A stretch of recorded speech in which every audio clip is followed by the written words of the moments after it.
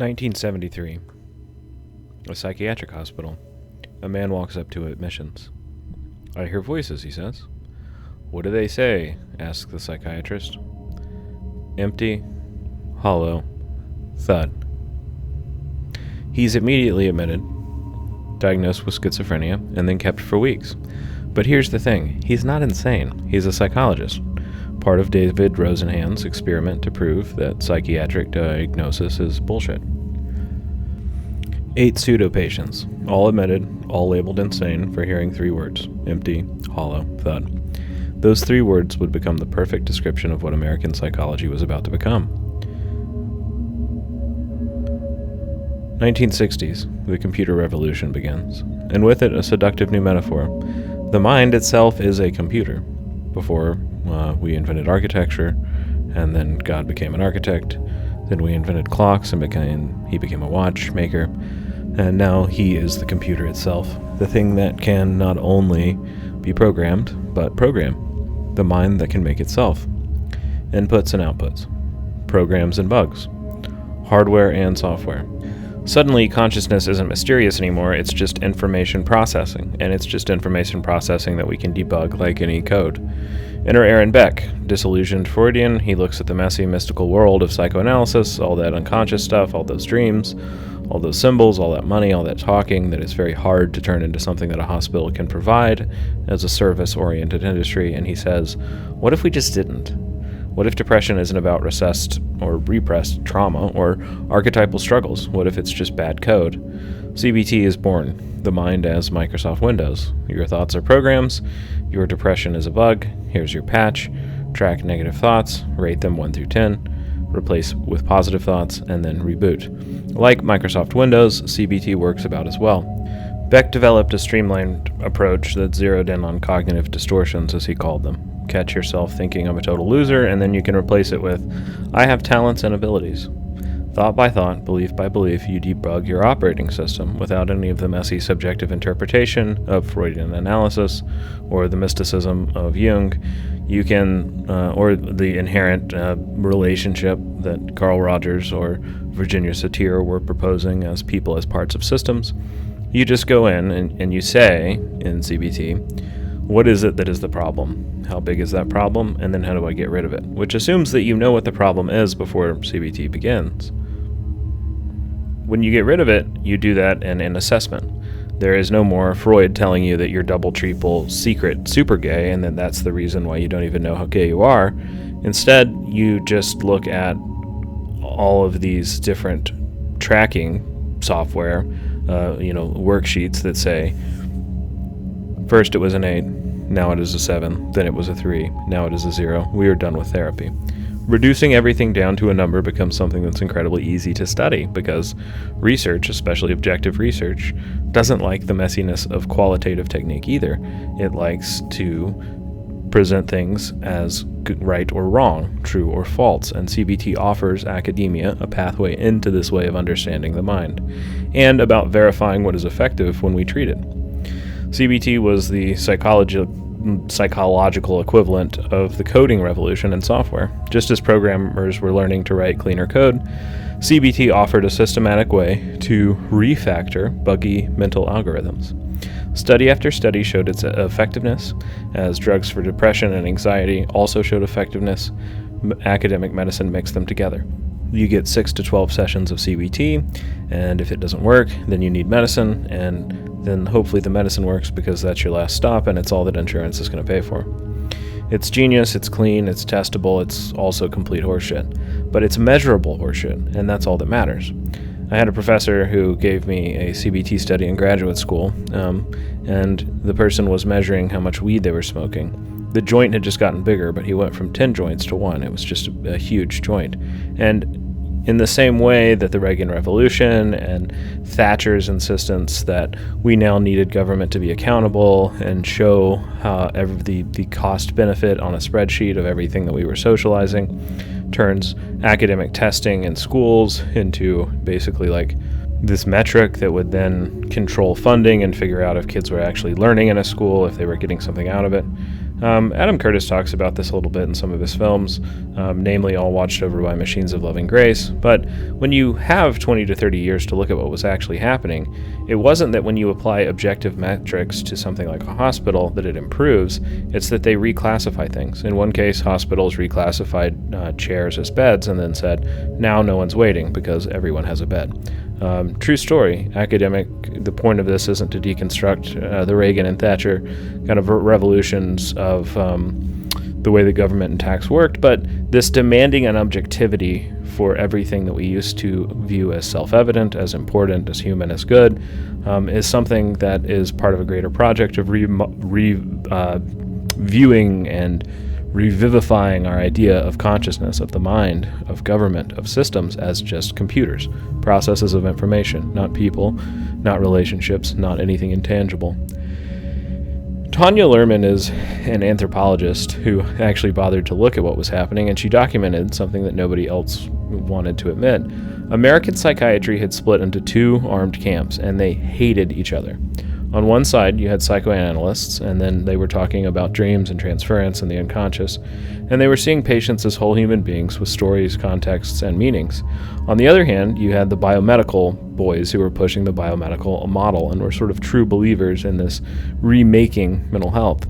The brain was a meat computer, mental illness was a chemical imbalance, 15-minute med checks were all a psychiatrist needed to tell you what drug you were going to take probably for the rest of your life. Symptoms became error codes. Luhrmann spent years embedded in psychiatric training programs which let her watch this civil war play out, and the psychodynamic residents would sneer at the pill pushers.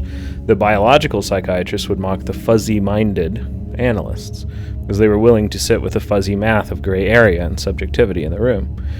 To the biomedical model, if you check these boxes, then you have this condition.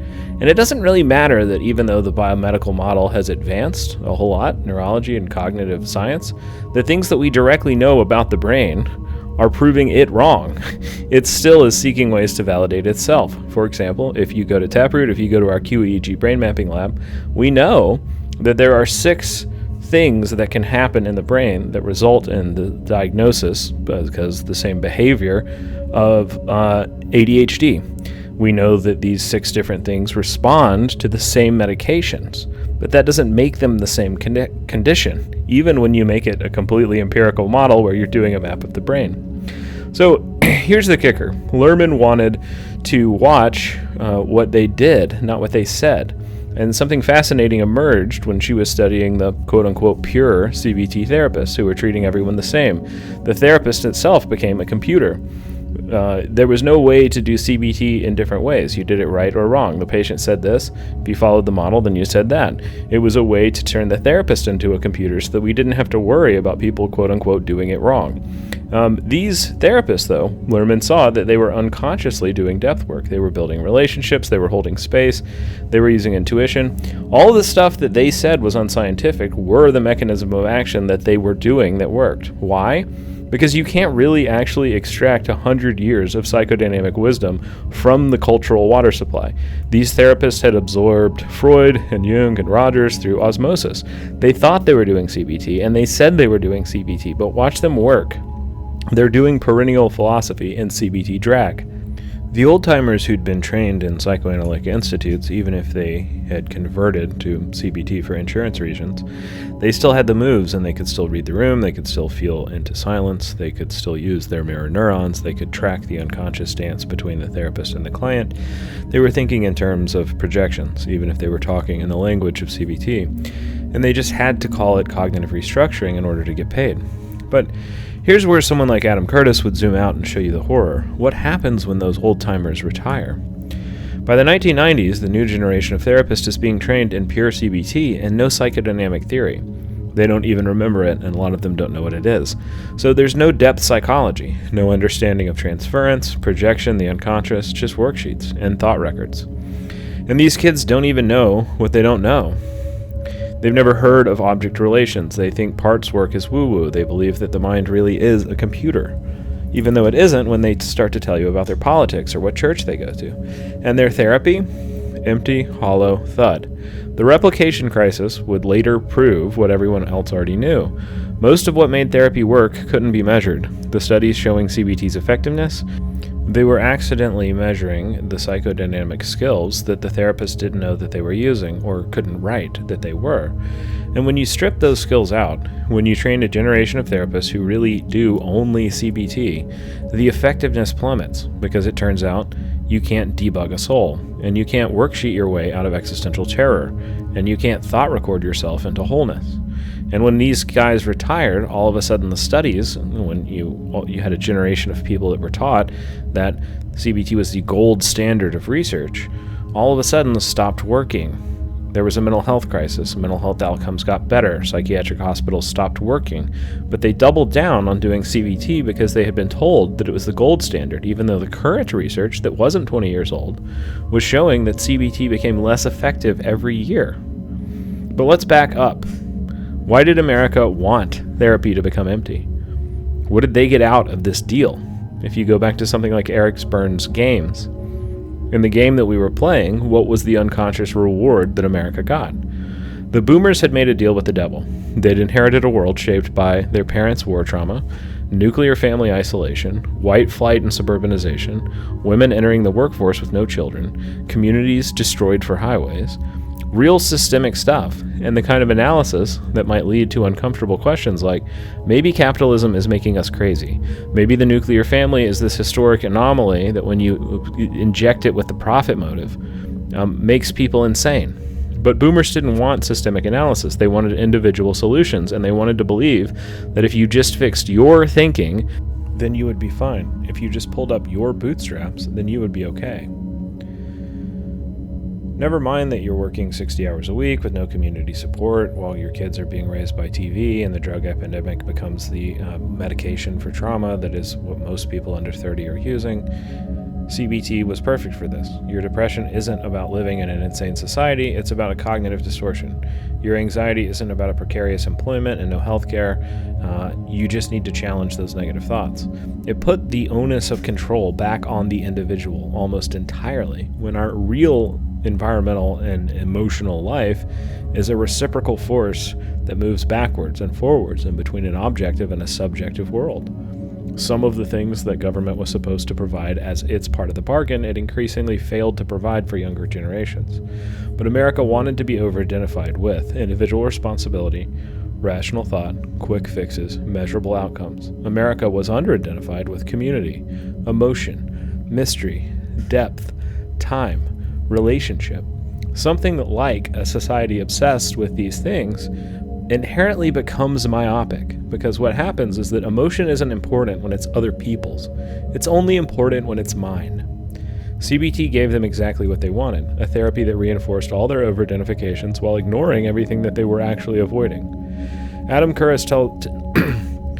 In one of Adam Curtis's films, he shows John Nash creating game theory, the story that's also told from one angle in the movie A Beautiful Mind. And this mathematical model where everything is rational and every actor is maximizing self-interest through rational action. That's what John Nash publishes that gets him the Nobel Prize. The Cold War military loves it, and so do economists that believe that everyone is rational actors, except for when they go to the dinner party and they start talking about their wife and their barber and all the people at their church and all of the people in their office who can't manage money that are completely irrational. Yet, the kinds of theories that they're developing about the mind and the broader economics based on it assumes that everybody is a rational actor 100% of the time, that there's no other forces out there that move society, that move anything, that change the things that we buy. I personally don't buy a triple Applebee's cheeseburger when my bank account is low because I don't know that I don't have money. It's just that I kind of want the burger. Curtis argues that this mechanistic view had unintended consequences. Nash's ideas, conceived as modeling rational decision-making, were being co-opted by military planners to justify viewing the world as a brutal zero-sum competition between self-interested actors who were meting out the most dominant style of government, of family, of self. But Nash himself came to realize that such models grossly oversimplified human motives. His own model was something that Nash later threw out. People aren't always rational utility maximizers. They're driven by emotions, moral values, social bonds that defy the pure interests of logic. Nash's own struggles with mental illness revealed the mind as a far more fragile and unpredictable than elegant game theory equations allowed. But Nash's theories didn't just warp military strategy and economic policy, they reshaped psychology itself. The mind was reconceived as a logic engine and optimization machine. Emotion became noise, meaning became error. The prefrontal cortex, the so-called rational brain, was crowned king, and yet when Nash's game theory was tested on actual humans, it broke down every time. Take the gangster's dilemma, a variation of the prisoner's dilemma or the infamous money and the diamond experiments, where supposed players were going to follow Nash's logic. Maximize your gain, minimize your loss. But over and over, people didn't act rationally. They trusted when they shouldn't, and they got punished when it hurt them. They gave away wealth, they lied, they cooperated, they withheld, or they acted from spite or intuition. In one experiment, people were given a diamond and money, and they were supposed to exchange it with somebody. But they had to have an element of trust in order to make the exchange. Well, Nash's prediction was that people would act self-interestedly, that even though it was dishonest, they would take the money and the diamond because that was what provided the least risk and the optimal outcome for them. In reality, no one behaved this way. Everyone allowed an element of trust into their life in order to make the exchange like had been agreed in the scenario that they were given. In other words, they acted human. Even under lab conditions, with real stakes, Nash's elegant predictions failed to describe actual behavior. And that failure wasn't a fluke. It was a flashing red light. The human mind is not a machine built for logic. We're not spreadsheets. We're not algorithms. We are narrative-making, grief-haunted, and hope-driven animals. So just as CBT had floundered when it tried to reduce suffering to faulty thoughts, game theory collapsed when it tried to reduce humanity to equations. It turns out that you can't build a model of the mind that leaves out the soul. You can't worksheet your way through abandonment, and you can't optimize your way out of despair. What you can do is tell people that suffering is normal and that they should white-knuckle it for life, which is cruel and medieval. You can't game theory your way into love, and you can't put the value of trust on a spreadsheet. When a civilization forgets this, it amputates depth, mystery, relationship, myth, and it doesn't become more rational, it becomes more lost. Soon everyone has to use CBT, including psychologists. Eric Berne takes game theory and he creates transactional analysis. He writes the book, The Games People Play, that becomes incredibly meteoric at a time when people are obsessed with, the post-Freudian thing, the Cold War, and John Nash's game theory. But also it lends to look under the hood in a way that CBT won't let them go in therapy and the pop culture. Every interaction is this strategic calculation. Every relationship is a game with winners and losers. We're not humans anymore. We're players, running problems, maximizing utility. But the roots of Freudian analysis were dormant in Eric Berne's book. He's using ego states. He's using unconscious motivations, but he's trying to provide a circuit diagram or logical, conceptual way to identify what someone's doing in a way that becomes successful for them because real people can apply it and put it on their coffee table. But also, it becomes a way that the depth tradition can continue to remain in the public consciousness without threatening the profit motive in medical healthcare. The models were wrong. Humans aren't computers. We'd already rebuilt society and psychology on the assumption that we were. And by the 1980s, the computational metaphor has conquered almost everything. Economics, humans are rational, utility maximizers. Politics, voters are predictable algorithms that we just need more micro-targeted data in order to manipulate and improve. We can make them believe anything that we want. In psychology, minds are computers to be programmed, and in society's conception of itself, we are a vast network of interconnected nodes. The DSM-3 arrives, nearly 500 pages of checklists. It is a response to the question that Rosenbaum opens up. It is an answer to people like R.D. Laing that are saying things like, "You're not crazy. Feeling crazy is a normal response to inhabiting a crazy world. The world should change a little bit to meet your mental health. not your mental health, should be adapted to fit into any world that we demand you have to fit into. Any hole that we carve out is something that it is your job to fill. All of this pushback is taken away, and the DSM-3 walks back on all of the promises that the DSM-1 and 2 made about how this manual would never be used for diagnosis in a biomedical type model, that it would never be used for something like insurance billing, on and on and on. All of those things are thrown away, and it becomes a very different book. Just symptoms that you can count. Mental illness is error codes and checklists that tell you what is happening within consciousness, even if they don't really. Rosenhan's study, along with the broader anti-psychiatry movement, contributed to this growing crisis of confidence in psychiatric diagnosis, as it should have. And in the 1970s, this skepticism was one of the big influences on the DSM-3's radical overhaul by 1980. Operationalized criteria, observable symptoms, attempts at diagnostic reliability. And we didn't really care if they were right. We cared if they were reliable. We didn't care if they were helpful. We just needed something sort of consistent. The insurance companies loved it and researchers loved it. The only people who didn't love it was anyone who was actually suffering. And because trauma doesn't compute, pain doesn't process, the unconscious doesn't run on Windows 95. Now here's the thing that Lerman noticed that nobody wanted to talk about. Even as CBT conquered everything, the good therapists kept doing depth work. They just had to lie about it, maybe even to themselves. And watch a skilled CBT therapist work. I refer to a lot of them. I don't hate the model, because I know that a lot of the people who do it aren't actually bad therapists. The model is just another piece of an incentive structure that pushes most therapists to go the wrong direction. When you watch a talented CBT practitioner, they're tracking their relationship.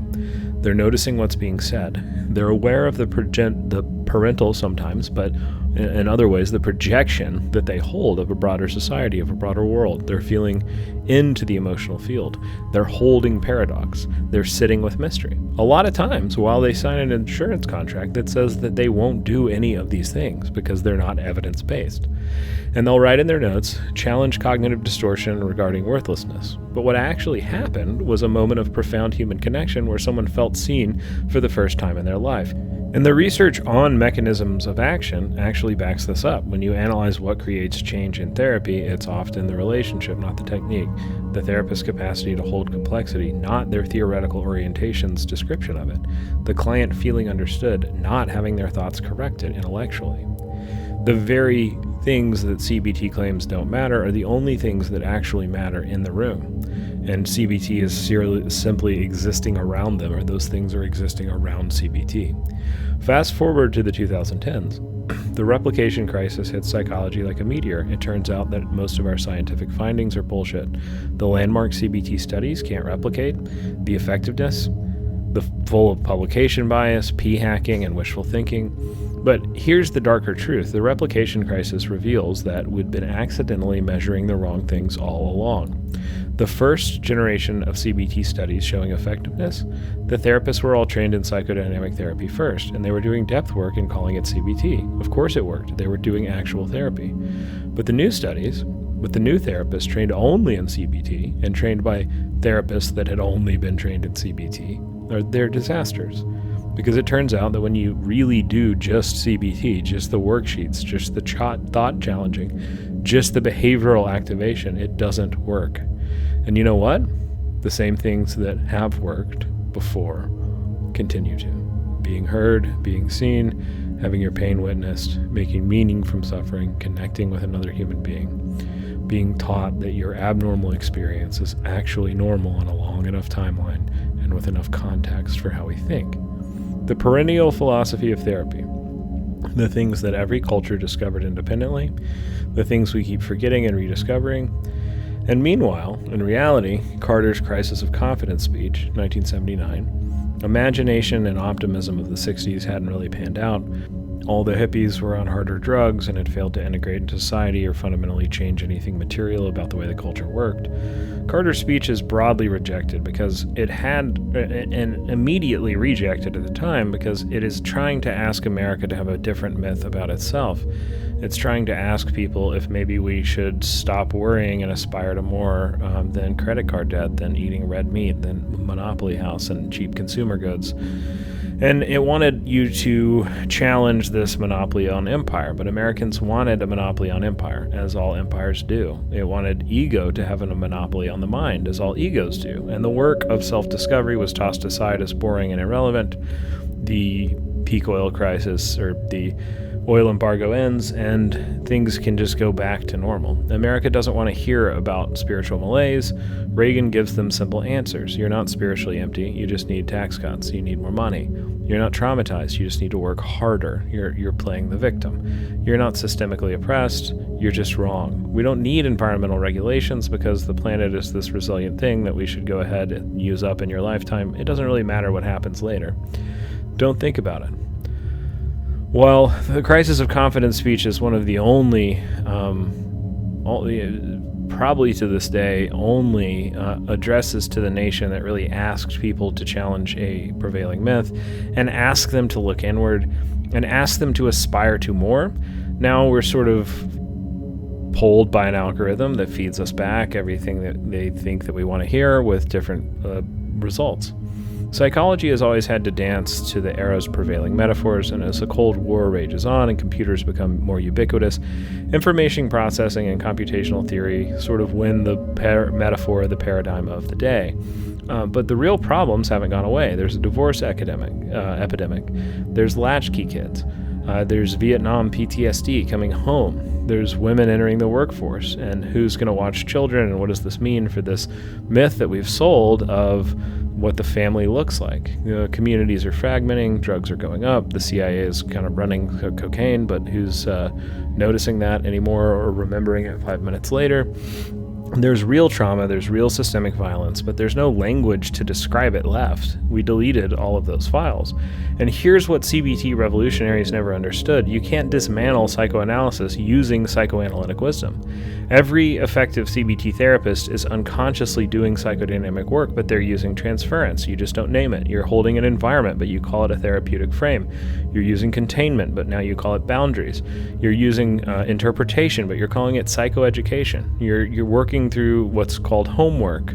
But you're changing these things to be something that fundamentally can't replace what they actually are. And so the outcomes of therapy are going to get worse because the people who are in the middle levels of insight, the middle levels of talent, aren't being given incentive structures to make them reach the upper levels, to make them get better. People are incentivized to get worse.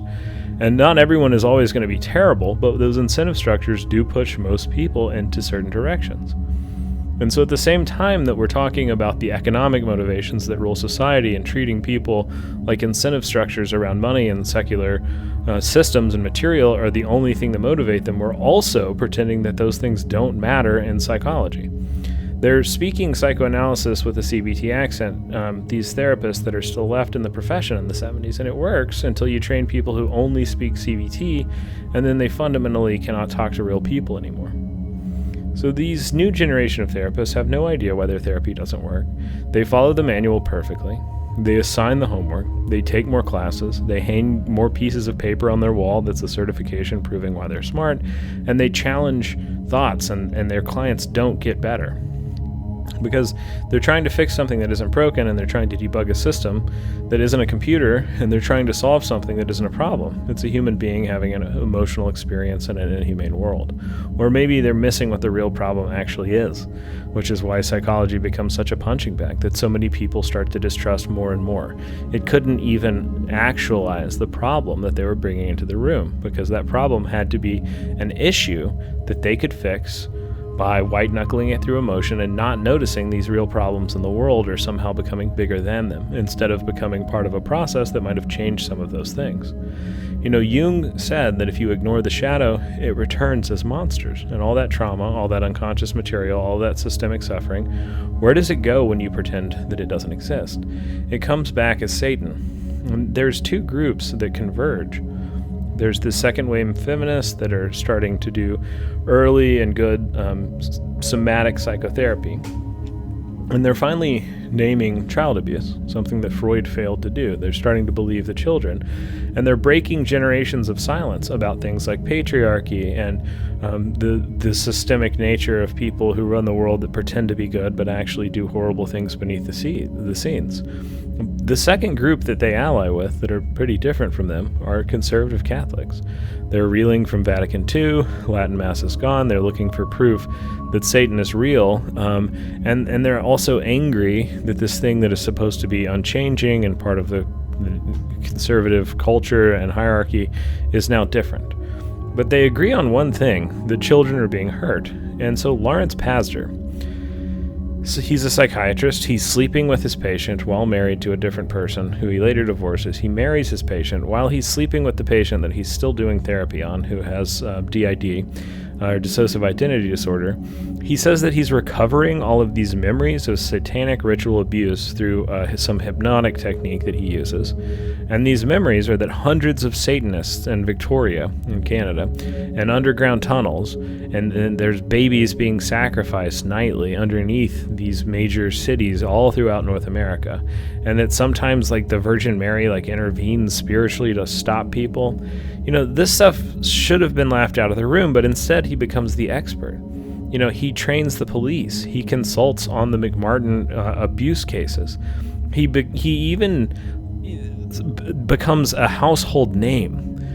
So many people have that book. He's on the news multiple times talking about how, like, Satan comes out of records and that we need to take that seriously in mental health. Because even scientists need an explanation for what's wrong, and a literal Satan is easier than we build a society that runs on trauma and then we made trauma illegal to discuss through the means that we're supposed to analyze it, through the psychology that was supposed to be in conversation with why we are sick. We didn't cure sickness. We ended the conversation by making sickness illegal, and we removed all the lenses that people could use to see mental illness, so guess what? I guess we're healed.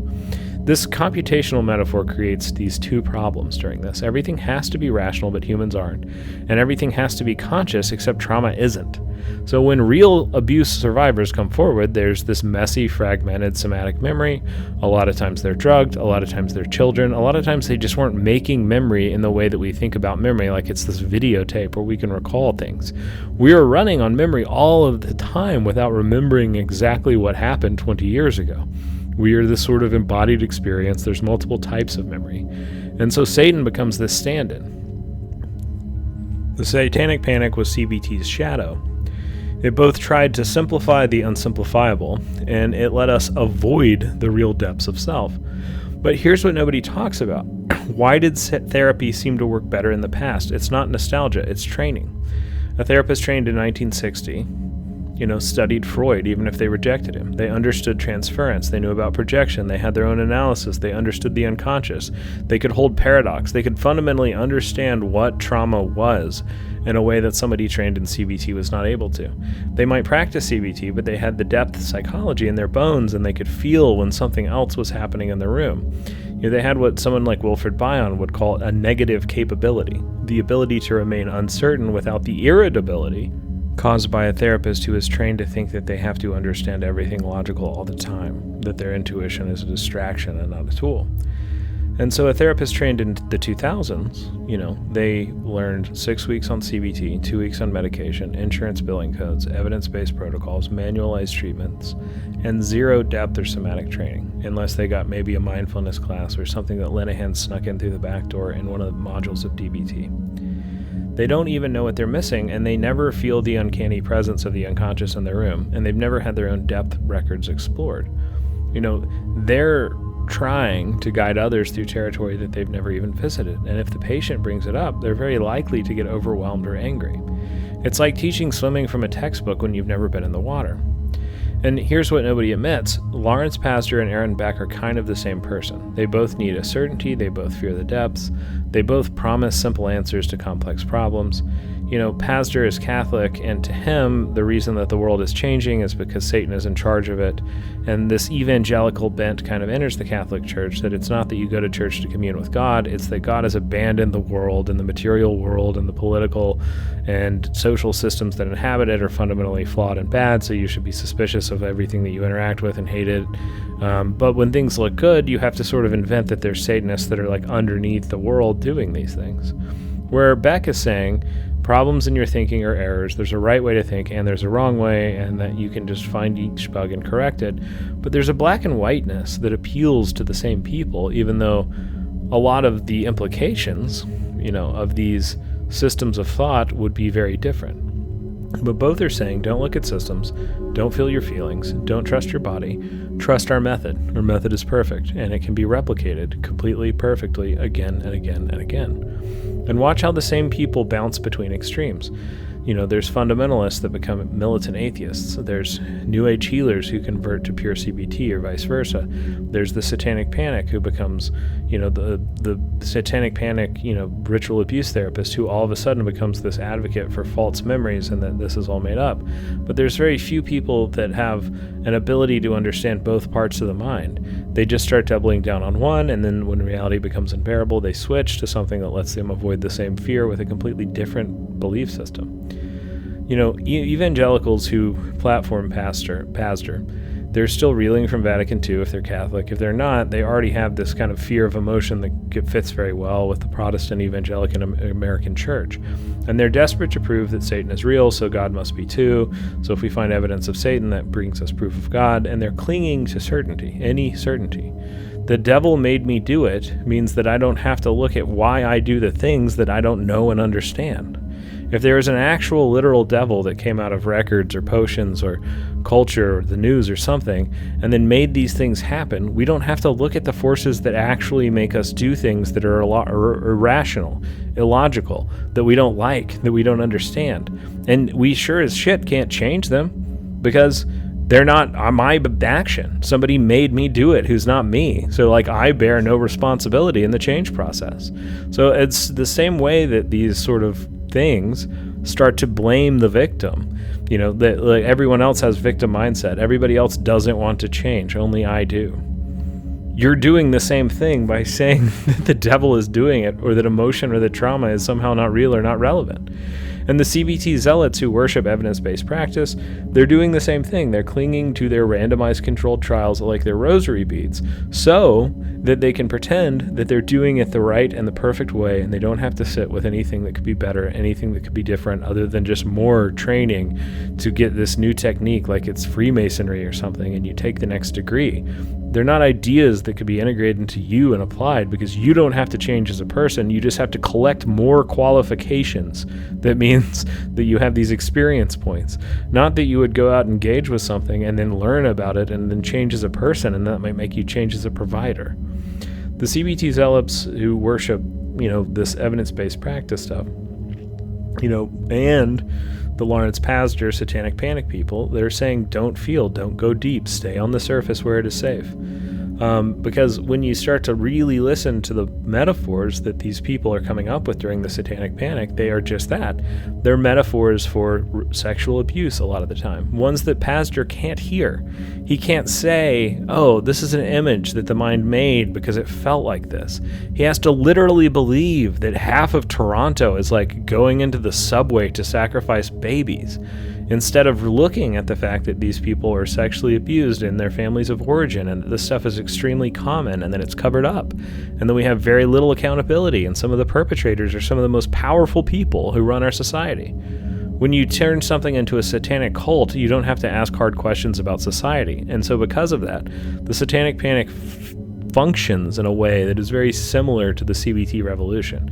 It lets us avoid the same emotion, and it lets us stay enmeshed with the same emotions that we want to hold on to. It lets us keep the hero myth. It lets us keep the belief that we are these sort of logical creatures that have to move forward without having to move inward.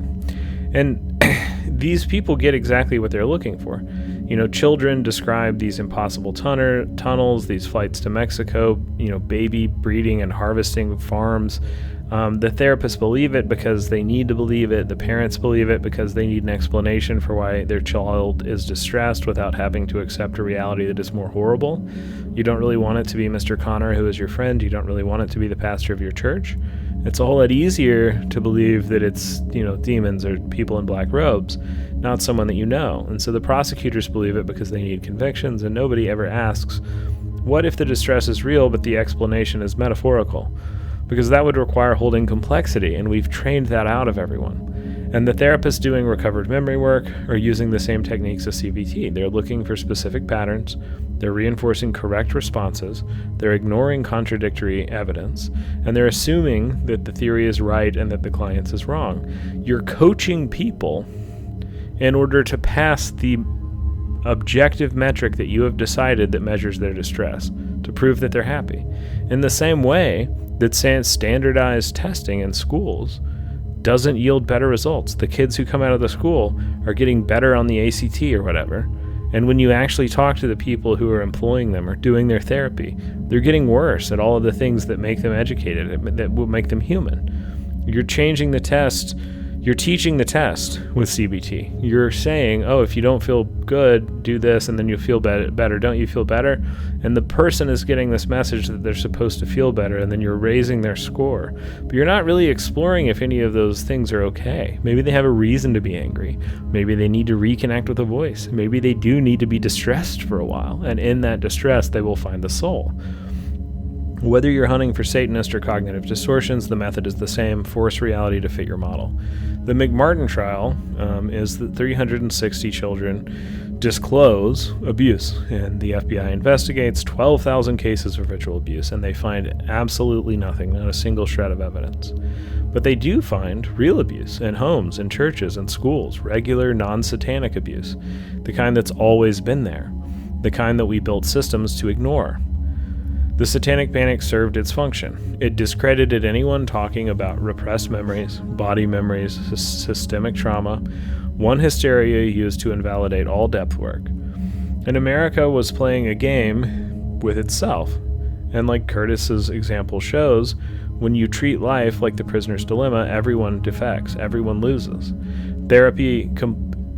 Therapists start competing for insurance billing. Patients compete for diagnoses. They start to identify with diagnoses, which is a crazy thing and not how psychotherapy is supposed to work. They're not a tribe. They're not a race. They're not a religion. But people get on Instagram and they're proud of this because of the way that we started to do this. And everyone optimizes for the wrong metrics. And the mental health system becomes what Deleuze and Guattari warned about, this machine producing subjectivities that fit the capitalist machine. And every single time that someone tells you CBT is the gold standard, remind them, it's the gold standard because it's the only therapy designed to be measured by the tools that we use to measure. It's like saying that hammers are the best tool because they're best at hammer tests. Empty, hollow, thud. What did we lose? We lost the unconscious. We lost the body. We lost systemic thinking. We lost uncertainty. We lost mythology. We lost depth. We lost mystery. We lost time. We lost relationships. And we created a world of machines, except the machines were us, and there was not anything that was healing about them. Because they couldn't contain us, but we kept thinking about them like they were us and us like we were them. And here's what none of these systems can do. They can't work against their own incentive structures. CBT can't say, maybe some problems take years to heal. Insurance won't pay that. Psychiatry can't say, maybe you're sad for good reasons. Pharma won't fund that, or its line won't go up. Evangelicals can't say, maybe doubt is holy, maybe God is found in the mystery, because congregations' blood pressure will go down. They'll stop viewing life as this fallen emergency that is about to be the end of the world, and they won't tithe. Pastor can't say, maybe these are metaphors, because nobody's going to buy the book, and he's not going to be allowed on the news. They're all trapped in their own certainty machines, and certainty is just another word for the death of curiosity, which is another word for avoiding growth, which is another word for trauma response. In her research, Lerman found something poignant. The last generation of psychodynamically trained therapists working in community clinics still doing real work. They bill insurance for CBT, they fill out the forms, they use the language, but in the room, they were doing what they were trained to do. They were following affect, they were tracking the unconscious, they were holding the frame, they were containing the unbearable, and they were metabolizing the toxic. And above all, they were staying curious and assuming that they didn't know everything and weren't doing therapy perfectly, which is what allowed them to improve, because therapy wasn't a formula that one could do perfectly. It was a process of self-discovery, yourself and the patient. And they're like the secret agents of death work in this forgotten depth. I talked to somebody informally a couple years ago during this time, and she said, I felt like I was doing witchcraft during the witch trials when she refused to be a CBT therapist in 1982.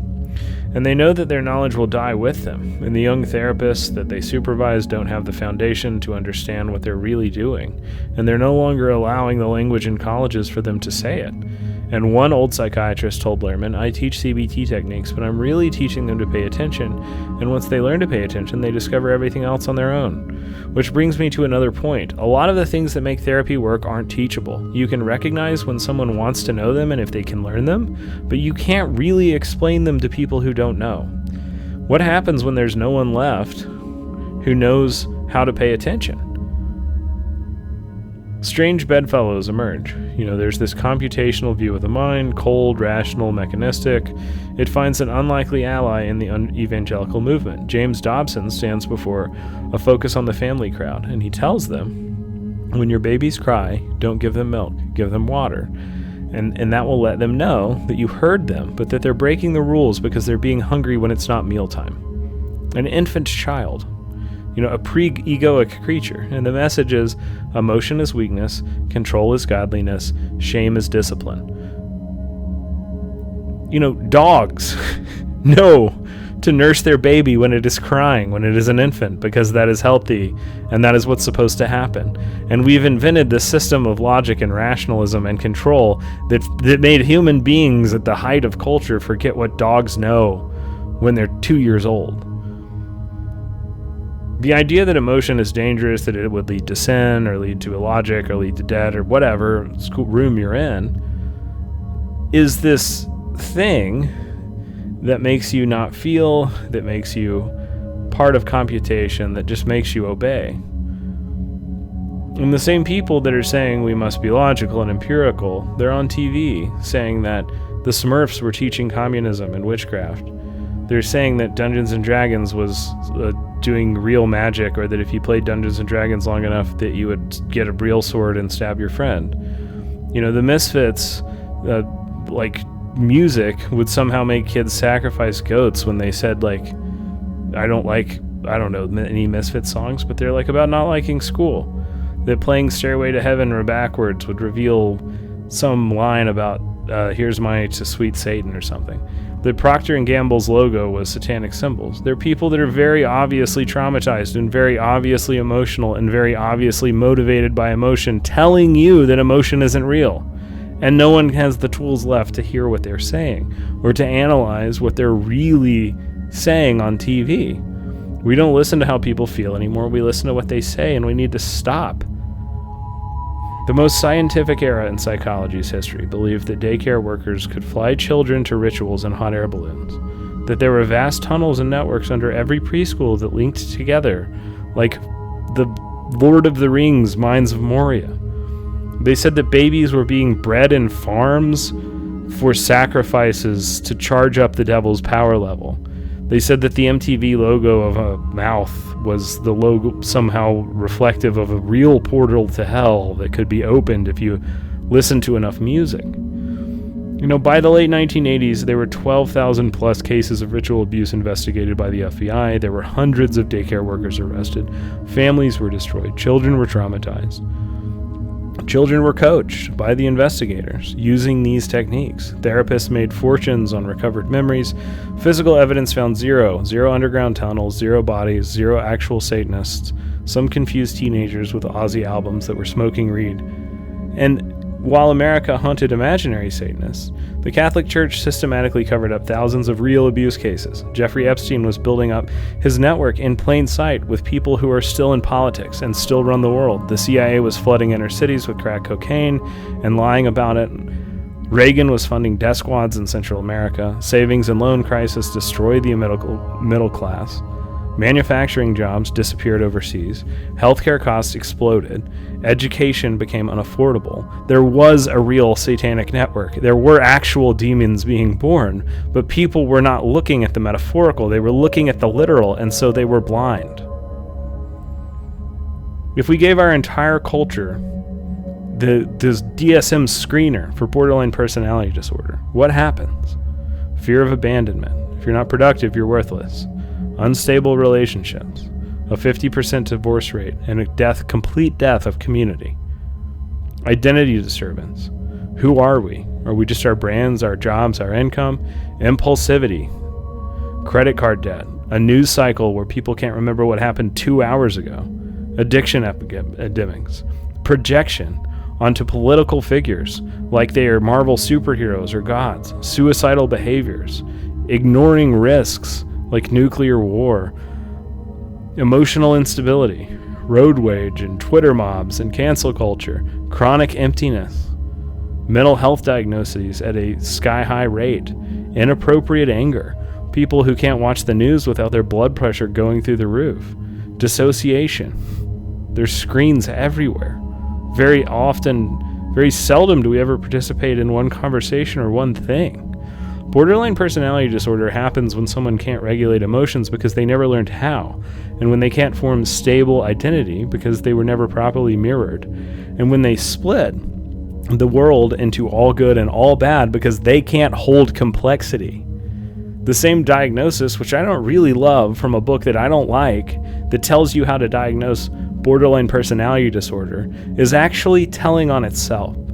And that's exactly what we did to our culture. We created a culture that can't tolerate ambiguity, it can't process grief, it can't hold paradox, it can't see metaphor, it can't feel without consuming something. It doesn't believe that something is real if there's not an objective metric. It can't think without computing, and it can't exist without producing. We gave ourselves cultural BPD, and then we acted surprised when everyone started cutting themselves, with credit cards and filling this void with opiates. As the Satanic Panic peaked, the backlash began. The False Memory Syndrome Foundation, was formed, and accused parents started to fight back. Families were torn apart by recovered memories, and they start to sue therapists. Some win millions. A certain type of the profession loses a whole lot of credibility. Real survivors, get caught in the crossfire, and their actual trauma is delegitimized by the hysteria over false memories. And the baby, legitimate trauma therapy, gets thrown out with the satanic bathwater of this culture that largely did not come from psychology. The people who really hurt other people were being co-opted by broader cultural movements that psychology and psychotherapy itself didn't invent. Now, anyone talking about repressed memories has to be wrong. The body containing emotion, that's Satan stuff. Dissociation is made up. Systemic abuse is a conspiracy theory. The unconscious itself is unscientific. And if you're saying that maybe we deserve to take a minute and try and rethink the way that we do things so that we could analyze ways to change this world and make it slightly better, you're unreasonable, you're immature, and you're full of victimhood.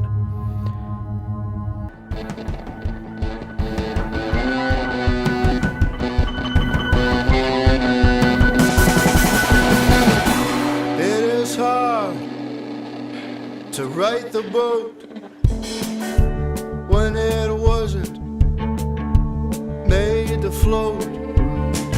We've carried for so long, we let it go.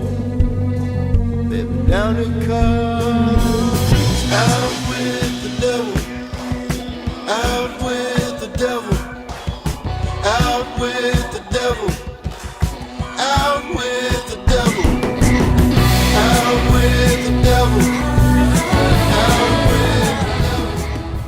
Geraldo Rivera went on TV in 1995, and he said, "We've found no proof of satanic ritual abuse anywhere in the country, and I want to announce publicly that as a firm believer in the Believe the Children movement, that movement is now dead."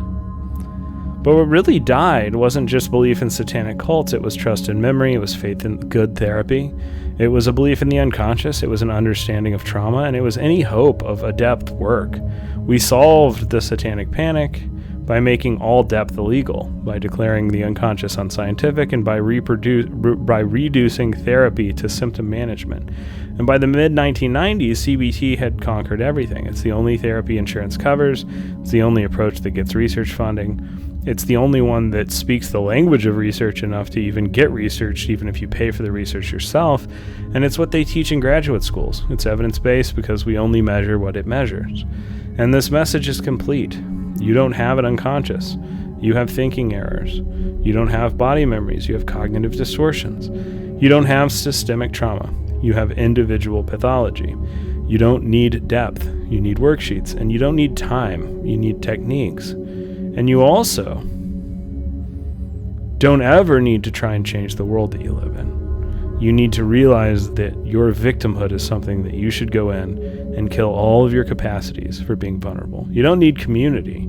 You need to be able to function as a completely individualistic person, motivated by rational self-interest, until you don't feel anything at all anymore. And this new generation, that's coming up, they don't even know what questions to ask. They've been trained in a therapy that's stripped of its own history, and they learn evidence-based practices without understanding that the evidence is based on what the therapist who knew things that they didn't know. And it's like teaching surgery by showing somebody how to hold a scalpel but never explaining anatomy. They can go through motions, but they can't know what they're cutting, and they can't recognize the different tensions and the viscous energy against the blade. The most rational era in history became the most irrational, the most scientific approach created by the most unscientific outcomes. And the culture that banished metaphor took everything literally. The society that deleted feelings became entirely driven by them. And we solved our problem of consciousness by pretending it didn't exist. We solved the problem of trauma by making it unspeakable, and we solved the problem of depth by staying on the surface. And we solved the problem of the soul by declaring that it was dead. And just as an aside, if anyone's listening to this series and they think that I'm advocating for some lack of accountability or objectivity in the therapy room, that I'm telling therapists to just follow their hearts or do whatever pseudoscience they want to make up and pretend it works, you've missed the point. I'm asking you to ground things in an idea that may not validate in a 2-week study, but that you actually have to go out and find real patterns, real wisdom, real results, not just the kind that fit in a spreadsheet. And one of the biggest lessons from the Satanic Panic is this cycle that America keeps repeating. When two groups make this uneasy alliance, in this case, evangelicals, conservative Catholics, and Reagan's hyper-capitalist, neocons, with this feminist social workers that are trying to do somatic and social therapy, when it all blows up, when the ideas are proven wrong, or when someone gets embarrassed, when people get made fools of, the people with the actual power are never held accountable. It wasn't social workers that did the Satanic Panic. It wasn't feminists that benefited from it. It wasn't them that needed to platform these things. They were just trying to help people, and I'm not going to defend the things that some of those social workers and some of those therapists did wrong, or did ignorantly. But the Satanic Panic is always used by people, even psychotherapists, whose writing I respect, to advocate for science as this hyper-empirical model that can create the most perfect therapy, or has at CBT. But here's the thing, it wasn't social workers who had power. It wasn't the feminists, it wasn't the lefties. Every single time that there's a lesson to be learned, the people with the power pick a scapegoat from anyone foolish enough to trust them. And during this time, Reagan is running clandestine operations around the world. The CIA was trafficking children and running drugs. A lot of this is declassified and not conspiracy, and a whole lot more of it is implied by what we don't know. When the Catholic Church was covering up systematic sexual abuse while using the Satanic Panic to prove that the devil was real. Multiple conservative and neoliberal senators later are outed as sexual abusers who were throwing aspersions at teenagers listening to punk rock and platforming the Satanic Panic because they needed it. Not because the patients did and not because the therapist did. Because the broader culture that held power needed it to be that way. When they all lined up to attack hippies who were just trying to create genuine community as this made-up risk. And the risks of making humans into machines is that we can't see ourselves as networks anymore. But here's where the computer network might actually work as a metaphor. We are networks. Relational psychotherapy works because family dynamics become internalized psychological systems. As the world becomes hyper-connected and hyper-industrialized, people feel these neural networks unconsciously. And when you see a men's rights influencer spreading poison online, what you're seeing is someone probing across networks to find weak spots, to find vulnerable people, colonizing vulnerable areas. In this case, it's young men with no upward mobility and often no father to speak of. And you have to look at the material forces that created these realities instead of demonizing these people. They're just exploiting the world that we built. And I'm not defending them either. But if you don't want to look at the forces underneath them, I'm looking at you. The mind, when we see it as neural networks, as forms of interconnected representation outside itself, when the mind sees networks, opportunities for expansion, it tries to creep outside of itself. And Jung was far more prepared for this inevitable technological metaphor than Freud or Beck. People like Marshall McLuhan or Bowen from like the early media and digital analysis movement in the 60s and 70s. They were saying that God is going to be a network for years, or that society is going to internetwork in a way that we become less than individual. But we still think that we're individuals, and that will create this problem if we're not aware of it. And our projections collectively participate in that network. So when I say trust your intuition, I don't mean make things up. I don't mean just go in and say whatever shit you want to say. I mean, understand that we are networked beings reading networked realities. The patterns that you're sensing might not show up in a controlled study because they are network effects, not individual symptoms. And the accountability that I'm calling for is this: stop letting the powerful rewrite history every time their alliances blow up. Stop letting them scapegoat the healers while they run the world into the ground. Stop pretending that CBT is scientific when it's just capitalism wearing a lab coat. Real science stays curious. Real healing works within networks, not just individuals. Real accountability means naming who actually has power and what they are doing with it. That's not anti-science, that's actual science. And that includes all the data, even the parts that make the powerful uncomfortable, and even the parts that are inconvenient to the profit motive, which are the parts that the I love science people want to throw away. Here's a pretty common experience that is described to me by people that have been in CBT before they come to my office. The client says, I think that trauma is stored in my body. I notice that my body does this when, and they're cut off. That's just anxiety. Let's work on your thought patterns. Point to the emotion on the wheel. Rate your distress from 1 to 10. But I can feel it in my throat, and those are cognitive distortions. Here's a worksheet. Point to the emotion on the wheel and realize that it is not logical. But I notice that my throat does this thing like I'm trying to stop. That's victim mindset. You're trying to make an excuse instead of a solution. Do you want the next day to be different than the rest of your... You want the next day to be different than the last couple days have been. They cut you off, they intervene, or worse, they don't cut you off and they listen to you and they don't believe you.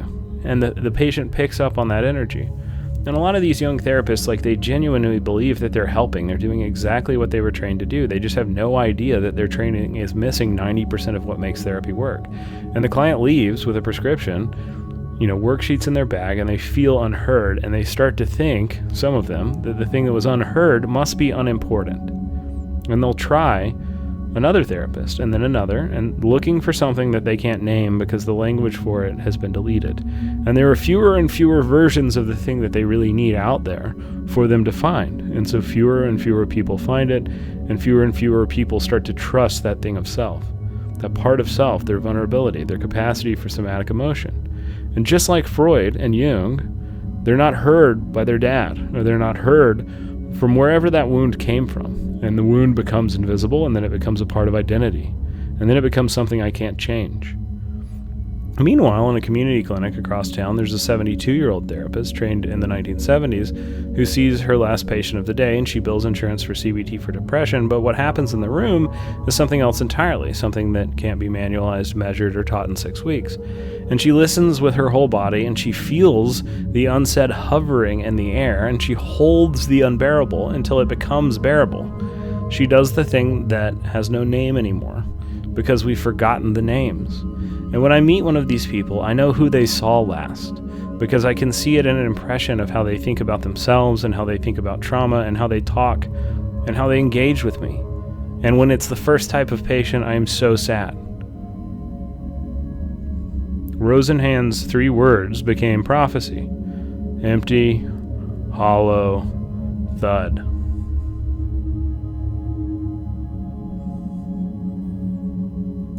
But here's the thing.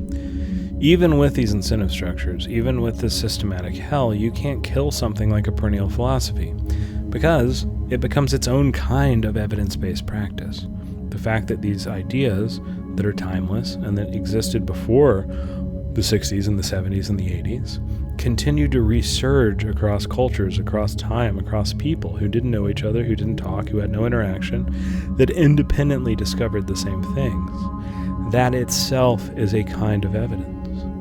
The soul will remind you that it exists. And even with these incentives, there are people doing wonderful work and making discoveries.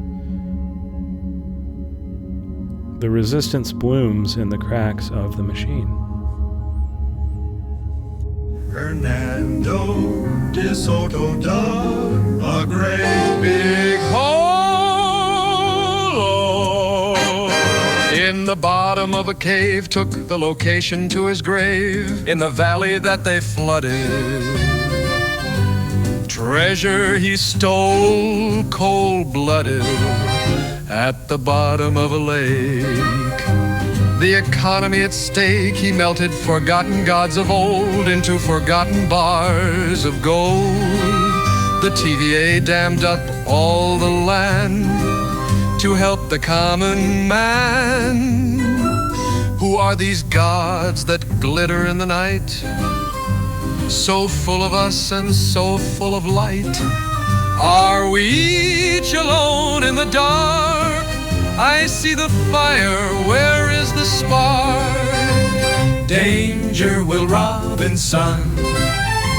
Your journey has just begun into a place beyond knowing. Are we missing an O-ring? What did we hope to find about ourselves? Holding desperately onto God's lapels, twist the stars in space to constellate into a face. Long after your eyes adjust, there is still no one here but us. In the midst of parts unknown, we are still running from our home. Is the universe some a lonely scream?